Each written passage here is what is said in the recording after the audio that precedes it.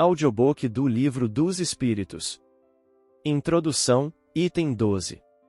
Um fato demonstrado pela observação e confirmado pelos próprios espíritos é o de que os espíritos inferiores muitas vezes usurpam nomes conhecidos e respeitados.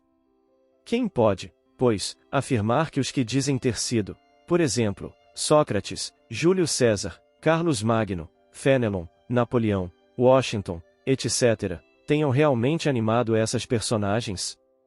Esta dúvida existe mesmo entre alguns adeptos fervorosos da doutrina espírita, os quais admitem a intervenção e a manifestação dos espíritos, mas inquirem como se lhes pode comprovar a identidade.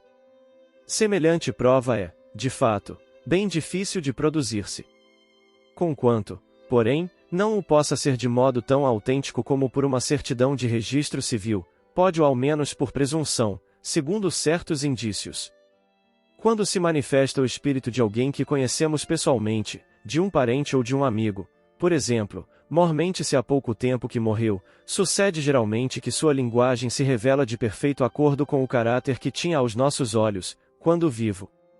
Já isso constitui indício de identidade. Não mais, entretanto, há lugar para dúvidas, desde que o espírito fala de coisas particulares, lembra acontecimentos de família, sabidos unicamente do seu interlocutor.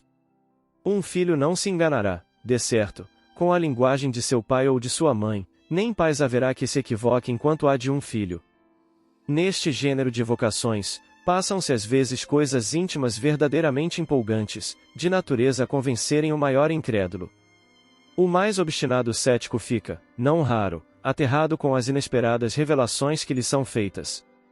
Outra circunstância muito característica acode em apoio da identidade. Dissemos que a caligrafia do médium muda, em geral, quando o outro passa a ser o espírito evocado e que a caligrafia é sempre a mesma quando o mesmo espírito se apresenta.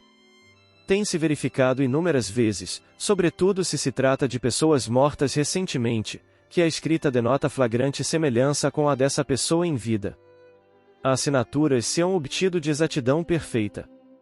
Longe estamos, todavia, de querer apontar esse fato como regra e menos ainda como regra constante.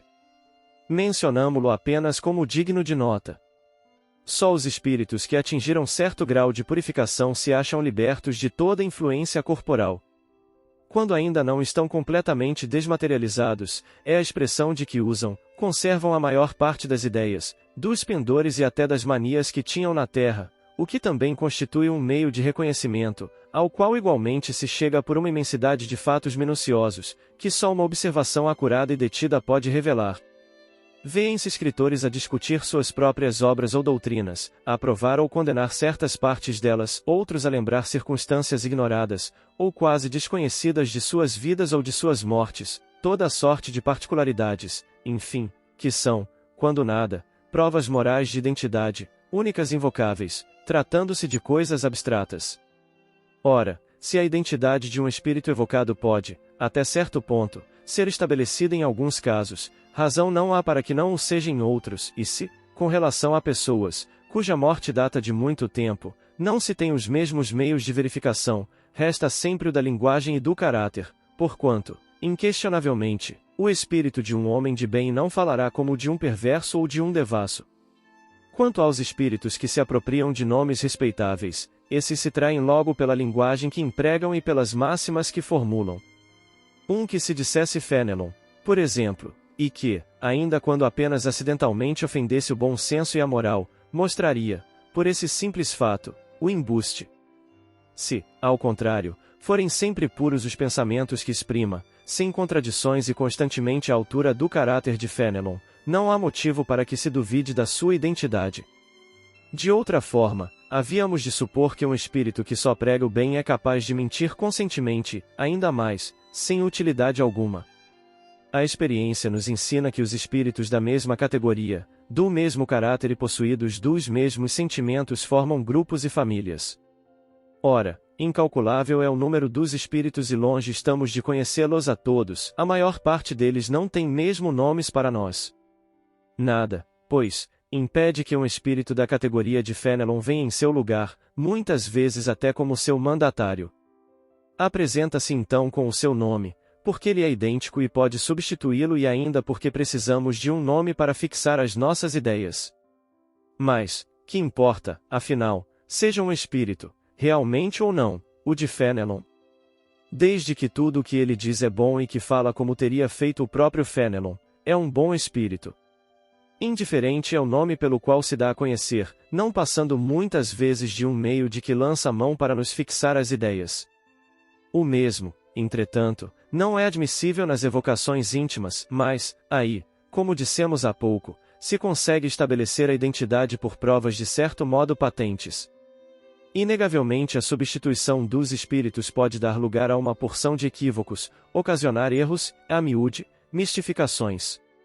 Essa é uma das dificuldades do espiritismo prático.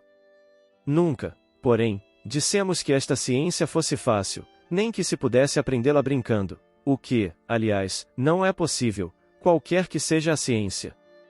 Jamais teremos repetido bastante que ela demanda estudo assíduo e por vezes muito prolongado. Não sendo lícito provocarem-se os fatos, tem-se que esperar que eles se apresentem por si mesmos. Frequentemente ocorrem por efeito de circunstâncias em que se não pensa. Para o observador atento e paciente os fatos abundam, por isso que ele descobre milhares de matizes característicos, que são verdadeiros raios de luz. O mesmo se dá com as ciências comuns. Ao passo que o homem superficial não vê numa flor mais do que uma forma elegante, o sábio descobre nela tesouros para o pensamento.